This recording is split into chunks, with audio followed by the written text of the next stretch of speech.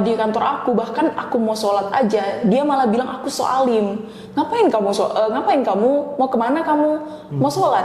Iya mau sholat, ih so alim banget gitu. Bagaimana kita bisa meluangkan waktu untuk orang-orang terdekat kita. Jadi gimana kamu buat survive dari kerjaan kamu sama belajar Quran?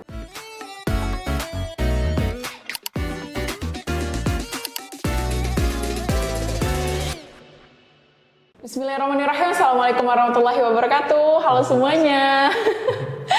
Kembali lagi bersama saya Mutia di sini, dan mungkin teman-teman yang udah nggak asing atau yang udah pernah nonton ya podcast kita di awal-awal, udah ada Kavi di sini. Halo. Jadi tapi mungkin bagi teman-teman yang baru bergabung di podcast kita ini mungkin dikenalin lagi. Jadi di sini ada Kavi. Boleh perkenalkan dulu Kavi? Halo, nama saya Kavi, mungkin atau biasa dipanggil Sir Kavi. Saya menjabat sebagai product manager di Qur'a, dan alhamdulillah sampai sekarang masih bekerja bersama-sama tim dan lain-lainnya. Oke. Jadi kali ini, kalau kemarin itu kita kan sempat ya bahas tentang Qur'a lebih dalam ya, tentunya di bagian produknya nih. Nah kali ini setelah lumayan jaraknya berapa bulan ya Kavi ya? Iya, lumayan jauh. Iya, lumayan jauh juga ya. Jadi kebetulan ini kan Kavi kan Gen Z ya teman-teman. Jadi sedangkan kita ini audiensnya biasanya kebanyakan Gen Z nih Kavi. Iya. Nah, jadi aku tuh menarik banget dan pengen bahas tentang manajemen waktu ala Gen Z. Gimana tetap produktif bekerja dan konsisten belajar Quran. Nah, jadi udah dapet ya. Jadi mungkin teman-teman yang butuh gimana sih Gen Z ini kan punya stigma-stigma yang ini ya Kavi ya, yang dibilang Gen Z malas lah, inilah itulah gitu. Tapi ternyata mungkin teman-teman yang lagi struggling nih sama manajemen waktu, nonton sih podcast ini sampai habis ya. Oke, Kavi, boleh nggak diceritain gimana, mungkin ya cerita sedikit aja gimana Kavi, pengalaman Kavi kerja di startup, apalagi kan fokusnya Kavi ini kan di Quran ya, terutama di Qur'a kayak gini. Kira-kira gimana? Oke. Alhamdulillah kalau kerja di startup di sini mungkin sudah 6 tahun lebih, nyaris 7 tahun. Dan saya juga bekerja bersama tim yang rata-rata nyaris sebaya. Ada yang mungkin sama umurnya, ada yang beda setahun, 2 tahun, dan seterusnya. Dan untuk pengalaman bekerja di Qur'a sendiri dan membuat aplikasi Qur'a itu cukup menyenangkan. Berbagai macam tantangan yang kami rasakan, kemudian sering juga struggling, dan kita juga selalu termotivasi bahwa Qur'a punya misi nih untuk membuat aplikasi yang memang berguna bagi umat. Oke. Wah, jadi memang seru ya, karena isi tim dan teman-teman yang divisi lain pun rata-rata hampir sebaya, nyaris sebaya. Gen Z juga ya, meskipun ada yang milenial tapi nggak terlalu banyak ya. Iya, ada beberapa yang milenial. Ada beberapa milenial tapi nggak terlalu banyak. Nah, kalau kita kan tadi bahasnya tema ini manajemen waktu ya, manajemen waktu ala Gen Z. Nah, kalau Kavi dengar kata manajemen waktu, apa sih yang pertama kali kepikiran? Apakah Kavi pusing atau justru semangat nih, atau challenge nih kayak gitu? Oke. Bicara soal manajemen waktu ya, tetap kalau bicara soal ini subjektif ya, tergantung orang, karena setiap orang kan punya urusannya masing-masing dan pekerjaan masing-masing. Bagi yang sudah bekerja atau mungkin yang masih kuliah, yang Gen Z. Nah, mungkin bagi saya sendiri tentang manajemen waktu itu, bagaimana kita bisa mengatur prioritas dan bisa membatasi sesuatu. Itu menurut saya. Jadi seperti yang saya bilang tadi, subjektif. Mungkin kalau dalam sehari kita punya 10 hal yang harus dilakukan, maka bicara soal manajemen waktu, bagaimana cara kita mengurutkan mana yang paling prioritas dan bagaimana cara kita membatasi masing-masing dari pekerjaan tersebut. Misalkan saya tahu harus melakukan pekerjaan saya dari jam 8 pagi sampai jam 5 sore. Setelah itu saya masih punya pekerjaan-pekerjaan lain, atau mungkin harus ada kayak seperti ngajar atau ingin belajar atau family time. Nah, itu bicara soal manajemen waktu. Jadi tidak hanya harus tentang bekerja, tidak juga harus tentang kuliah dan lain-lain, tapi juga bagaimana kita bisa meluangkan waktu untuk orang-orang terdekat kita, family atau ya seterusnya itu sih. Wow, jadi prioritas yang dimaksud di gini kita harus netapin dulu nih skala prioritas ya. Iya. Diurutin dulu kira-kira yang mana prioritas. Tapi ketika masuk lagi saya tanya tentang manajemen, ternyata ya manajemen waktu bukan hanya sekedar pekerjaan aja ya, tapi juga hal-hal lain terutama untuk waktu buat keluarga. Luas ya. Benar. Luas banget, subjektif. Iya sih, kadang kalau kita terlalu mikirnya objektif hanya di pekerjaan doang misalnya kayak gitu, Iya, betul. padahal kehidupan kita luas ya, Kavi ya. Betul kan, kalau kita cuma bicara tentang lingkup pekerjaan dalam satu hari itu kan rata-rata pasti lebih dari satu pekerjaan kan yang harus kita handle. Jadi kalau kita bicara soal lingkup pekerjaan, kita tahu bagaimana dan apa-apa aja prioritas yang harus kita urutkan. Oke, wow. Jadi penting banget nih teman-teman untuk bikin skala prioritas dan urutin mana-mana yang prioritas hingga yang prioritas itu kita utamain lah, namanya prioritas ya. Jadi harus diutamain dulu. Wih, iya sih. Jadi kalau pikir manajemen waktu, jadi bukannya malah kepikiran ya Kak Fiat, justru ini malah jadi hal yang asik nih buat dilakuin karena justru dengan manajemen waktu kita jadi lebih tahu mana hal-hal yang krusial nih, yang important, yang harus didahulukan terlebih dahulu. Wih, keren banget. Oke, nih Kavi, kita kan Gen Z nih ya, sama-sama Gen Z ya. Jadi kita nih sering disebut bahwa selain yang tadi di awal, kita juga sering disebut sama generasi yang multitasking. Kamu setuju nggak? Iya. Setuju ya, oke. Nah, tapi gimana sih cara kamu buat survive juggling kerjaan sama belajar Quran? Jadi gimana kamu buat survive dari kerjaan kamu sama belajar Quran? Oke, nah seperti yang tadi saya juga bilang kan, kalau katakanlah kita punya pekerjaan 8 jam sehari ya. Nah, kalau misalkan kita ingin balance dengan hal lain, katakanlah belajar Quran. Nah, saya juga harus menetapkan tuh kapan waktu yang terbaik bagi saya untuk belajar Quran, kapan waktu saya harus fokus pekerjaan, kapan saya harus fokus ke hal-hal lain. Nah, ini tergantung lagi kalau misalkan kawan-kawan atau kamu sendiri atau yang lain punya waktu untuk belajar Quran di pagi hari, maka kita sudah harus konsisten tuh. Oh, saya harus belajar Quran paling tidak ya setengah jam lah dalam satu hari atau mungkin lebih di pagi harinya. Jadi katakanlah mungkin jam 7 sampai jam 7.30 saya memutuskan untuk belajar Quran dan saya tidak ingin ada pekerjaan-pekerjaan lain atau hal lain yang mengganggu belajar Quran itu. Seperti itu.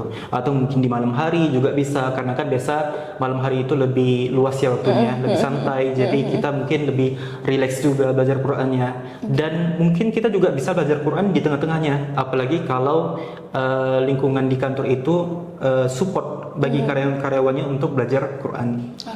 Wah. Tapi aku menarik banget nih ya Kak Fia, maksudnya kita lagi ngomongin lingkungan kantor, ya kan, lingkungan kerja kantor. Nah, ternyata aku tuh banyak denger banget ya cerita dari teman-teman yang sebaya sama teman-teman Gen Z yang juga bekerja kantoran lah kayak kita gini. Jadi dia bilang bahwa enak ya di kantor kamu. Ini kan kita saling sharing ya. Gimana sih ibadahnya, gimana gitu kan. Terus dia bilang sama aku, enak ya di kantor kamu mau sholat tidak terhalang apapun gitu. Kayaknya itu tuh sebuah privilege banget bagi dia kayak gitu. Aku langsung kayak, mungkin bagi kita biasa aja ya Kak Fia, karena semudah itu memang bagi teman-teman Qoro'a buat sholat dan lain sebagainya. Bahkan kita pun banyak sekali program yang mendukung ibadah-ibadah kita seperti belajar Quran, belajar tajwid bareng, itu kan banyak banget ya. Dan dia bilang sama saya, dia bilang gini, di kantor aku bahkan aku mau sholat aja, dia malah bilang aku soalim. Ngapain kamu mau kemana kamu mau sholat? Iya mau sholat, soalim banget gitu. Sampai kayak gitu. Nah, menurut Kavi gimana sih? Ternyata hal gitu tuh banyak banget dialami gitu. Hal sholat itu kayak suatu hal yang asing bagi sebagian orang yang ada di sebuah company seperti itu. Kalau menurut Kavi sendiri gimana menanggapi hal itu? Dalam agama itu sendiri, agama Islam sudah mengajarkan kita dari dulu bahwa kita itu tergantung pada teman kita. Pernah dengar hadisnya? Circle kita. Jadi kita punya circle. Saya yakin semua orang punya circle. Jadi circle itulah yang mengubah diri kita. Kalau mungkin ya, sebagai kasus saya yang awalnya alim, yang mungkin alim ya, sholat tepat waktu, kemudian sering ngaji, kemudian saya harus ditempatkan pada perusahaan atau lembaga yang tidak terlalu mendukung hal tersebut, dan kita mudah untuk terayu dengan kawan-kawan yang mungkin ya malas sholat, malas ngaji, yang ya pekerjaan-pekerjaan yang tidak begitu suportif, maka kita seperti ya akan mengikuti arus mereka. Tapi kalau kita berada pada circle yang teman-temannya itu support kita untuk belajar ngaji, yang mendukung kita untuk yuk kita sholat tepat waktu, apalagi perusahaan itu sangat 100% mendukung, maka itu akan sangat positif. Jadi sekalipun kita itu orangnya jauh dari agama ya, yang mungkin sholatnya itu jarang-jarang atau bolong-bolong, tapi ketika kita masuk ke perusahaan yang support dengan hal-hal ibadah, kita pelan-pelan akan mengikuti orang-orang itu. Jadi sangat-sangat berpengaruh teman-teman, rekan kerja, siapapun itu pada diri kita sendiri. Oke. Jadi menurut Kavi gimana? Apakah harus kita resign dari perusahaan kayak gitu atau gimana? Ya, saya tidak juga bisa menjudge ya harus resign atau gimana, karena kecuali memang perusahaan itu sendiri memang sangat melarang ya. Ya, sangat melarang. Tapi kalau perusahaan itu masih fleksibel, masih memberikan waktu, tapi memberikan waktu dalam artian ya bukan dalam hal ibadah, tapi bebas apapun itu, maka kita bisa manfaatkan. Kita diberi waktu istirahat 1 jam, atau kita masih bisa dikasih izin untuk saya ingin sholat sebentar, maka ya nggak masalah. Walaupun memang perusahaan itu tuh memang tidak Islami lah. Gitu. Berarti sebenarnya kalau perusahaan masih fleksibel is okay. It's okay. Dan untuk teman-teman yang mungkin bisa dibilang mungkin lingkungan kantor yang toksik karena teman-teman yang mungkin ngatain dan lain sebagainya, ya itu berarti tinggal dilihat lagi ya, sekuat apa nih gitu. Kalau memang itu nggak dijadiin problem ya tidak menjadi masalah, ya sholat-sholat aja gitu ya, Kavi ya. Oke, menarik sekali. Oke, nah Kavi, kamu kan sibuk banget nih sama kerjaan startup ya kan. Gimana sih caranya ngatur waktu biar tetap produktif tapi nggak burn out? Nah ini kan burn out kan sering dialami ya sama kita-kita biasanya. Nah kira-kira dari Kavi sendiri ada rahasianya nggak sih? Oke, kalau bicara soal burnout itu suatu hal yang sangat kita hindari kan, yang tidak kita inginkan. Walaupun memang setiap orang kayaknya pasti pernah paling tidak sekali ya dalam pekerjaannya itu ya. Betul banget. Sekali lagi kalau kita bicara soal pekerjaan itu, kita tidak bisa menduga apa yang terjadi di masa depannya. Jadi bisa jadi mungkin di bulan ini pekerjaannya yang nggak terbanyak. Tapi bisa jadi mungkin di bulan-bulan berikutnya tuh banyak banget pekerjaan, dan saya sendiri mengalami hal tersebut pernah.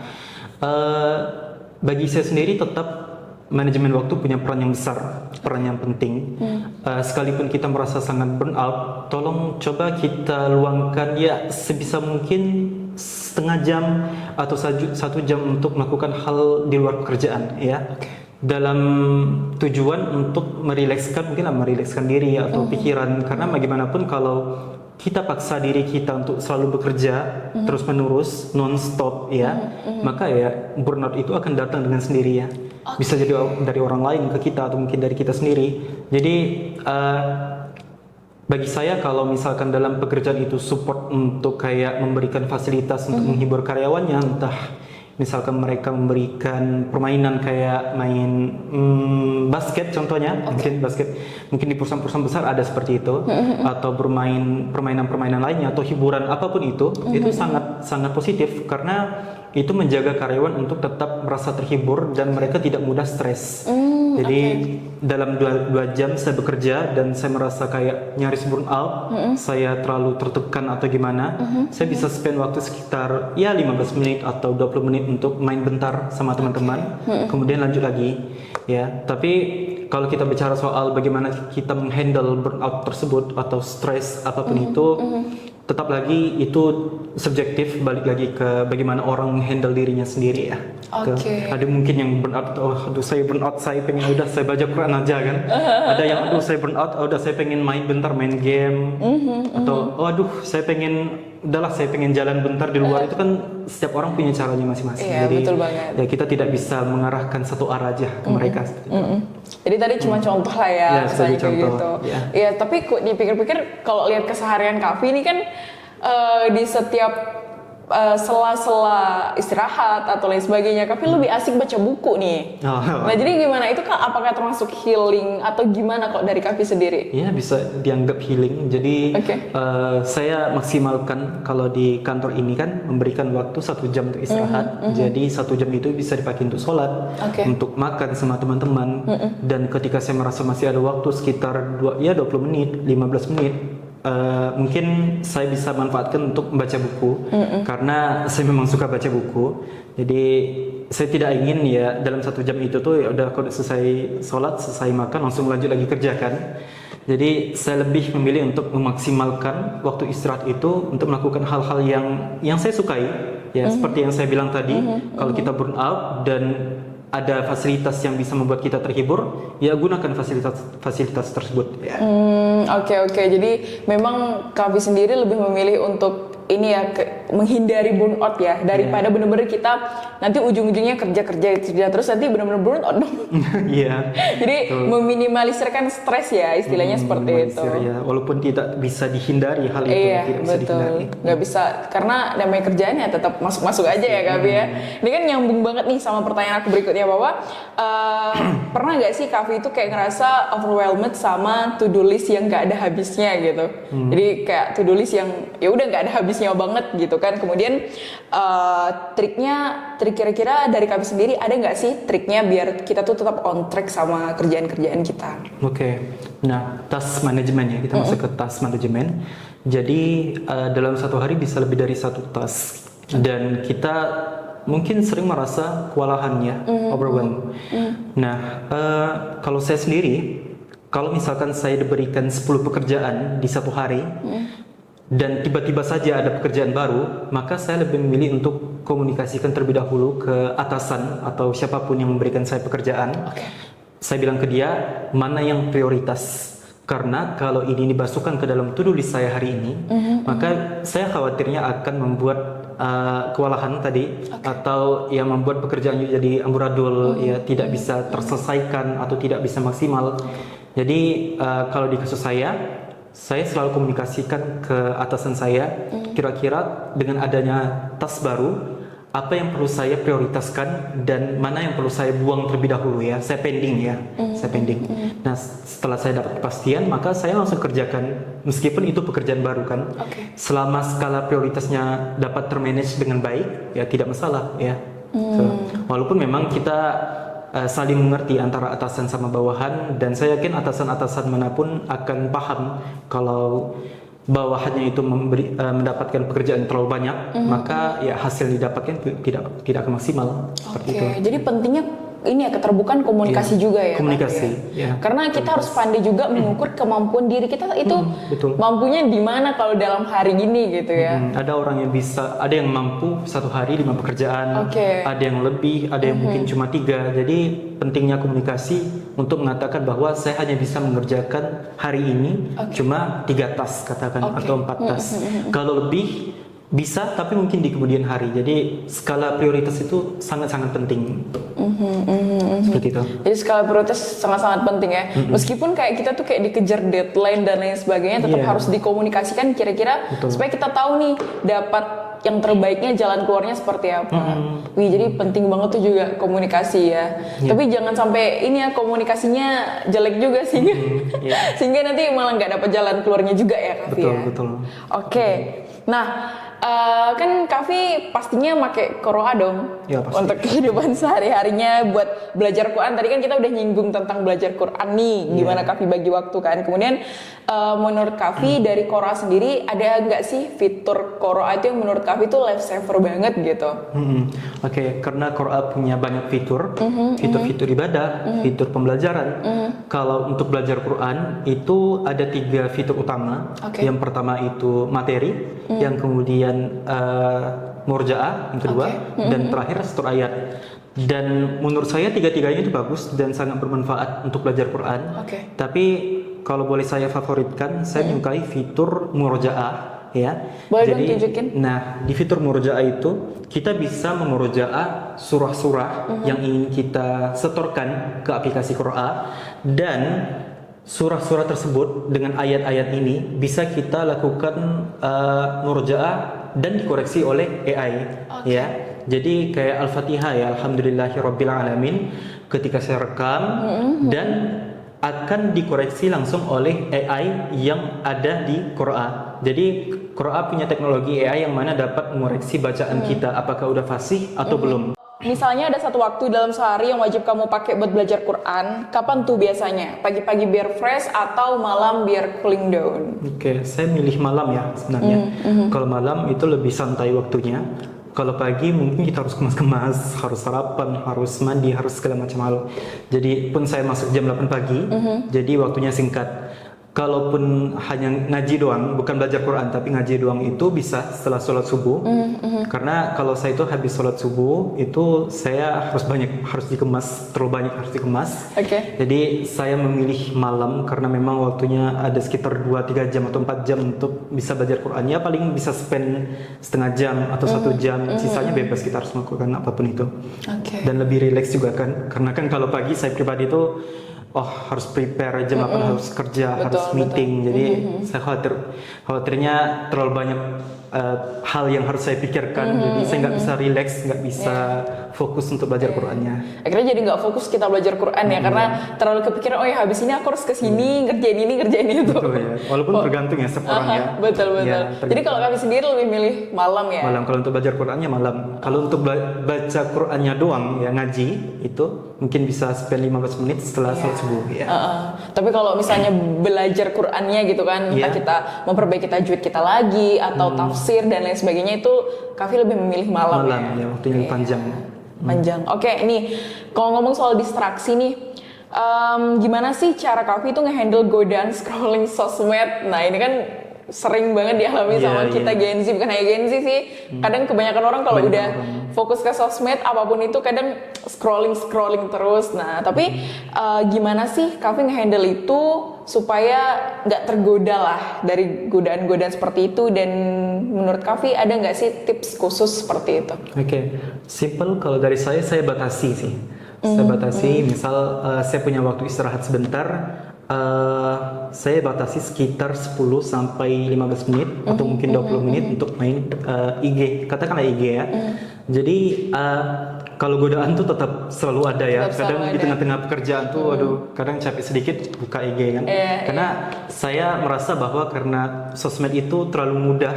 Jadi kayak scroll kan kita nggak terlalu sulit, tinggal scroll. Mudah banget. Mudah banget. Jadi saking mudahnya itu kita tuh mudah untuk berlama-lama di aplikasi Instagram atau TikTok dan selain-lain.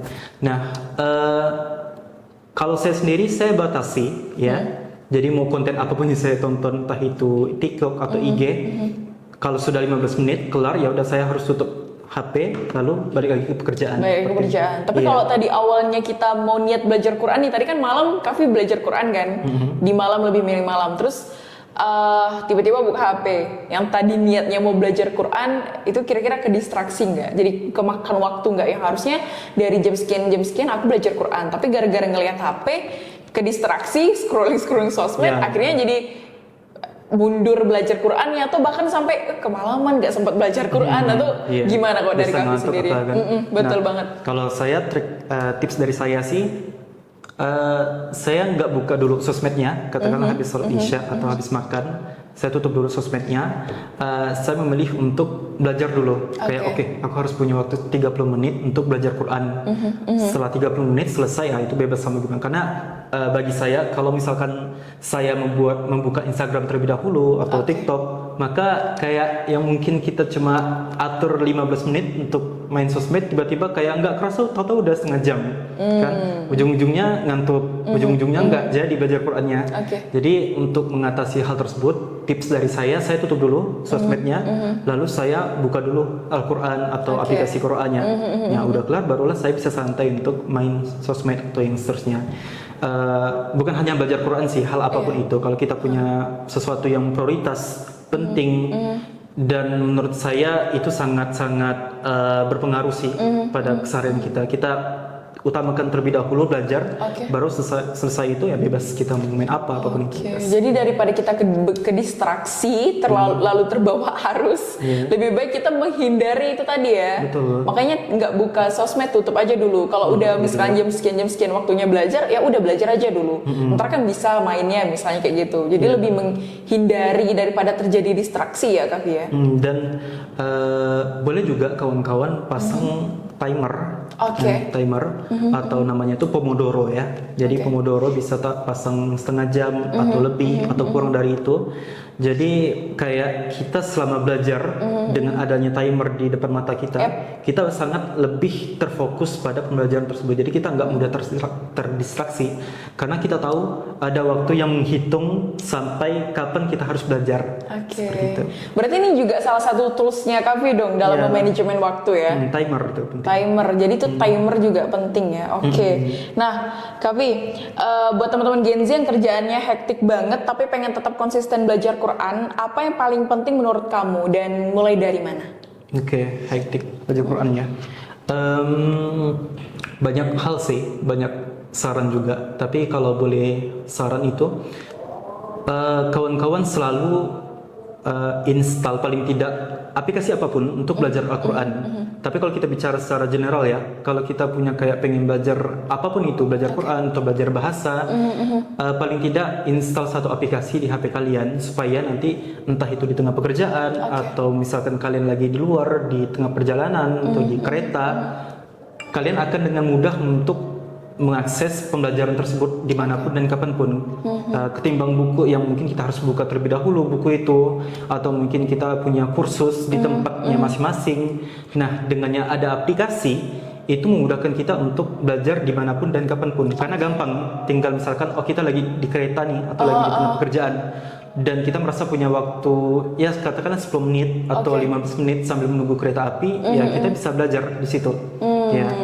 Jadi kayak pocket, kita punya sesuatu yang di dalam saku kita dan bisa kita buka kapanpun dimanapun. Wah, jadi kalau memang kita tahu nih kita hektik ya, maksudnya sama kerjaan sama atau lagi kuliah nih, lagi sibuk skripsian, biasa sibuk banget gitu kan. Tapi kita harus tetap menyelingkan juga nih pengen belajar Quran, harus ada juga belajar Qurannya seling-selingan gitu. Jadi penting banget, ini bukan hanya berlaku untuk belajar Quran bahkan ya Kak ya. Apapun itu tetap entah download aplikasinya atau kalau nggak punya, kalau misalnya nggak ada aplikasi, website atau apa gitu yang bisa diakses. Sehingga kita itu bisa punya alat dan jadi kayak ini ya, pocket tadi itu ya, kantong buat kita bisa belajar di situ. Kalau gitu. kita punya guru ngaji kan, kita harus kayak mungkin kalau kita saking sibuknya, kita harus kayak absen bilang ke guru ngaji saya nggak bisa karena terlalu sibuk dalam pekerjaan kan. Itu bagus, tapi alangkah baiknya kita bisa selingi dengan aplikasi pembelajaran Al-Quran di HP kita. Jadi kalaupun di hari itu kita nggak bisa datang ke guru ngaji untuk belajar, kita bisa bilang ke dia atau siapapun untuk saya sudah belajar di aplikasi. Ya, jadi tetap kita manfaatkan waktu meskipun di tengah-tengah kesibukan itu untuk belajar Al-Quran. Betul banget. Bahkan di Quora itu kan ada ini kan fitur Quora Family kan, bahkan yang bahkan bisa melihat progres belajar ngaji gitu. Iya, itu baru salah satu contohnya aja gitu. Dan maksudnya teknologi sekarang juga udah makin oke ya Kak Pia. Belajar Quran bukan hanya sekedar dikoreksi oleh AI, bahkan bisa dikoreksi sama ustadznya langsung. Kayak di Quora kan ada fitur setor ayatnya, yang tadi barusan Kak Pia jelasin juga. Sehingga belajar Quran ini mau sehektik apapun kita dalam di kehidupan di duniawi ini, ya kalau memang niat belajar Quran, selalu ada waktunya. Selalu ada waktu dan selalu ada jalannya kan. Betul. 5 menit minimal 5 menit masih ada waktu ya untuk belajar di tengah pekerjaan tuh. Jadi udah nggak ada alasan kalau nggak mau belajar Quran atau nggak bisa ngaji ya Kak Pia. Iya, ketimbang buka sosmed mending kita belajar Quran. Iya betul banget. Karena kalau dipikir-pikir kan nggak tahu ya terbaru sekarang berapa bahwa angka buta aksara Quran, buta itu benar-benar nggak tahu ini huruf alif ba ta gitu ya. Nggak tahu sama sekali, itu angkanya setengah lebih mungkin ya di Indonesia persenannya. Kalau 2024 saya belum melihat data yang terbaru untuk 2024 ya. Tapi ya kita bisa melihat di Indonesia tuh rata-rata ya lumayan banyak, terutama anak muda yang mereka benar-benar buta belajar Quran, nggak paham huruf hijaiyah atau hukum-hukumnya ya. Dan ujung-ujungnya Jadi kita baca Quran pun ya banyak salah-salahnya. Iya, tajwidnya, sayang sekali, ya. betul banget. Gitu. Heeh. Padahal kok dipikir Indonesia tuh termasuk negara yang muslimnya terbesar, banyak, ya, betul. tapi malah angka nggak bisa ngajinya itu hampir separuh dari penduduk Indonesia yang muslim itu buta aksara Quran loh. Ini belum terhitung sama orang yang ngajinya masih terbata-bata. Betul. Karena mereka yang ngajinya terbata-bata itu kalau nggak salah nggak masuk ya sama hitungan buta aksara ya. Iya. Karena kan kalau kita pandang buta aksara ya memang nggak bisa sama sekali gitu. Nah, Mereka nggak mengenal huruf-huruf hijaiyah, nggak mengenal tanda baca, Yap. dan panjang pendeknya juga nggak bisa dibedakannya. Jadi itu cukup urgent sih untuk Urgent banget ya, Kak, untuk ya. dipelajari. apalagi kita umat Islam wajib sholat Wajib sholat. dan baca Al-Fatihah. Al-Fatihah, kemudian ayat Quran ya kan. Dan sayangnya yang saya lihat di sini Kavi, banyak orang itu Al-Fatihah itu ya udah hanya sekedar menghafal karena keseringan dengar aja. Tapi kalau misalnya ditunjukkan ayat Qurannya, itu bahkan ada yang nggak bisa baca sama sekali. Nah sayangnya tuh di situ sholat tapi bacaannya hanya sekedar menghafal, tapi pas baca hurufnya itu enggak. Enggak, betul, karena Al-Fatihah itu kan panjang pendeknya, Iya. kemudian tanda bacanya, kemudian qalqalahnya Iya, dan segala betul macam itu banget. tuh benar-benar harus 100% benar ya. Betul Ya, banget. paling tidak sangat jelas untuk didengarkan. Jadi kalau satu aja tuh yang keliru dari bacaan Al-Fatihah kita panjang pendeknya Betul. katakan, ya udah itu fatal sebenarnya. Fatal banget, Iya. betul. Dan Indonesia lebih sering bacanya yang Latin tuh Gapi, yang tulisan Indonesianya Iya, itu. Huruf Latin, dan itu nggak bisa kita Nggak berpatokan bisa sama jadikan itu. patokan seperti nggak Betul bisa, banget, beda. nggak bisa. Jadi buat teman-teman yang mungkin nonton podcast ini dan belum bisa baca Quran, ayolah segera baca, entah cari guru ngaji atau coba aplikasi Qoro atau aplikasi belajar Quran tentunya ya Kavi ya. Betul. Oke. Nah, Kavi, tadi kan Kavi udah jelasin juga tuh bahwa selain Qoro'a, Kavi juga yang gunain tools lainnya ya, seperti apa tadi? Pomodoro. Pomodoro Ya, untuk ngatur timer. waktu. Dan itu penting banget tentunya teman-teman buat manajemen waktu. Jadi netapkan timer atau waktu untuk belajar atau untuk hal lainnya, karena rest atau istirahat itu penting banget juga ya. Ya, betul. Di tengah Manajemen waktu. kita yang mungkin lagi 2 jam belajar natap buku doang atau 2 jam belajar natap layar, terus tuh perlu adanya kita untuk lebih ini ya Kavi, lebih belajar lagi. Nah Kavi, ini last question karena tadi udah ajan juga. Nah buat Gen Z yang sering ngerasa time management tuh ribet dan bikin stres, ada nggak pesan kamu buat mereka biar nggak putus asa? Oke, manajemen waktu ya, stres ya, bicara soal stres. Saya teringat pada salah satu quotes mungkin ya. Oke. Dari, kalau saya nggak salah itu Jeff Bezos ya. Jadi itu salah satu CEO dari perusahaan ternama. Nah, beliau pernah mengatakan hal utama kalau kita bicara soal lingkup pekerjaan ya, Oke. hal utama yang membuat orang-orang itu stres bukan karena bekerja keras. Bukan karena kerja keras. Bukan hal utamanya ya, bukan karena bekerja keras, bukan karena kita bekerja mungkin 10 kali 7 hari, 10 jam kali 7 hari atau lebih, bukan karena itu. Akan tetapi yang membuat orang-orang stres itu adalah mereka sebetulnya bisa melakukan sesuatu, Oke. tetapi mereka tidak ingin melakukannya. Bisa melakukan sesuatu tapi mereka mereka merasa tidak mampu atau tidak ingin melakukannya. Sebagai contoh, mungkin kasus saya ya terlebih dahulu. Saya sering kali punya pengalaman ketika saya kan alhamdulillah udah 6 tahun lebih di sini, nyaris 7 tahun. Ketika saya diberikan pekerjaan oleh atasan saya atau manajer saya yang briefnya panjang hampir 1 dokumen, saya merasa oh ini seharian menyelesaikan atau mungkin lebih dari itu. Jadi saya itu udah overthinking terlebih dahulu sebelum mengerjakannya. Udah overthinking, ujung-ujungnya saya stres ya. Stres kecil seperti itu. Nah, padahal ketika saya mulai kerjakan, ketika saya kerjakan itu tahu nggak berapa lama? Berapa? 2 jam aja. wow. Sebagai contoh ya. Jadi meskipun brief yang panjang lebar, kita merasa kayak overthinking, oh ini lama banget, pekerjaannya banyak banget. Tapi ketika kita kerjakan itu sebenarnya tidak seperti itu. Jadi dalam artian banyak karyawan, termasuk saya juga pernah. Saya itu udah overthinking terlebih dahulu, udah kayak ngeluh terlebih dahulu sebelum mengerjakannya, padahal enggak. Nah itu yang saya tangkap dari kalimat Jeff Bezos, di mana yang membuat orang stres itu karena mereka udah overthinking terlebih dahulu sebelum mereka mengerjakan. Jadi mereka tuh sebenarnya mampu mengerjakan, cuma mereka tuh kayak ngerasa nggak mampu nih, terlalu banyak karena kayak mental health aku terganggu. Seperti itulah semacam. Jadi saya sendiri juga merasakan hal itu dan saya Tapi dulu ya. Iya, dan ya kadang-kadang tapi saya merasa oh ini kalau meskipun brief yang saya Diturutin. dapat panjang, saya merasa oh, mungkin saya bisa mengerjakannya lebih cepat ya, Oke. apalagi pasang timer ya. Dan saran saya kepada kawan-kawan ya siapapun itu termasuk diri saya lebih baik untuk jangan ngeluh terlebih dahulu Oke. ya, jangan ngeluh, selesaikan aja dulu pekerjaannya ya. Kemudian kita lihat hasilnya, apakah memang ini benar-benar membuat kamu stres atau enggak ya. Jadi ada orang-orang yang apalagi programmer, mereka kerjanya tuh bisa jadi 12 jam sehari. Tapi mereka enggak stres. Karena kenapa? Mereka ngerasa mereka mampu mengerjakannya. Ya bukan berarti, maksud saya bukan bekerja lama-lama itu tidak stres sama sekali, enggak. Tapi yang kebanyakan dirasakan oleh terutama Gen Z itu mereka udah overthinking terlebih dahulu. Itu. Jadi jangan overthinking, jangan ngeluh terlebih dahulu.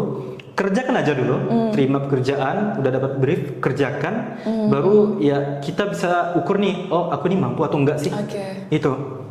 Itu sih yang kalau dari pengalaman yang saya rasakan dan saya harap kawan-kawan juga bisa belajar lah dari situ. Jadi ini ya bisa dibilang kalau di psikologi itu ada namanya self efficacy, Kavi. Jadi self efficacy itu adalah dimana kita percaya sama diri kita sendiri, kita punya kepercayaan tinggi sama diri sendiri. Jadi mungkin yang dimaksud Kavi adalah dimana minimkan overthinking ya kan, dan hadirkan self efficacy yaitu kepercayaan diri yang tinggi sama diri kita ya, bahwa kita mampu ternyata menghadapi segala challenge-nya lah, anggaplah kayak gitu, entah itu kerjaan, entah itu cobaan hidup bahkan ya, dari pandangannya secara holistik lah, secara menyeluruh, mau itu dari kehidupan kita pribadi, dari keluarga, dari kerjaan ya, pasti akan ada ujiannya, akan ada cobaannya dan iya, jadi anggap itu sebagai challenge ya kan, tantangan buat kita, dan kita harus percaya bahwa kita itu mampu. Ketika kita dihadirkan sebuah tantangan, kita mampu menghadapinya. Dan satu hal yang paling penting yang harus kita ingat tuh, tidak ada pekerjaan yang tidak ada risikonya. Pasti ada challenge. Kalau nggak ada risiko ya bukan pekerjaan namanya. Coba sebutkan satu aja kerjaan nggak ada risikonya, kayak PLN itu banyak risikonya. Iya, betul atau mungkin banget. tukang bengkel atau arsitek yang harus atau mungkin sejenisnya, dan programmer risikonya harus malam-malam begadang bekerja. Jadi ya seperti yang Mutia katakan tadi itu, kita harus ya pede terlebih dahulu lah untuk mengerjakan hal itu. Harus percaya Selama diri. kita merasa oke mungkin aku mampu melakukan ini, ya udah kerjakan aja. Kecuali memang apa yang kita hadapi ini memang kita ngerasa benar-benar mustahil untuk dilakukan ya. Karena bagaimanapun juga kita sendiri yang tahu tentang diri kita sendiri. Kita yang tahu tentang diri kita sendiri, bukan orang lain. Bukan orang lain, kita yang tahu. Ya. Teman-teman semuanya, Masya Allah, Kavi, jazakallah khairan, terima kasih banyak. Ini teman-teman keren banget. Jadi buat teman-teman yang masih struggling sama manajemen waktu, semoga podcast ini bermanfaat dan sangat inspirasi buat teman-teman semuanya. Apabila ada salah kata atau tingkah laku selama berjalannya podcast, kami mohon maaf. Jazakumullah khairan semuanya. Assalamualaikum warahmatullahi wabarakatuh. Dah.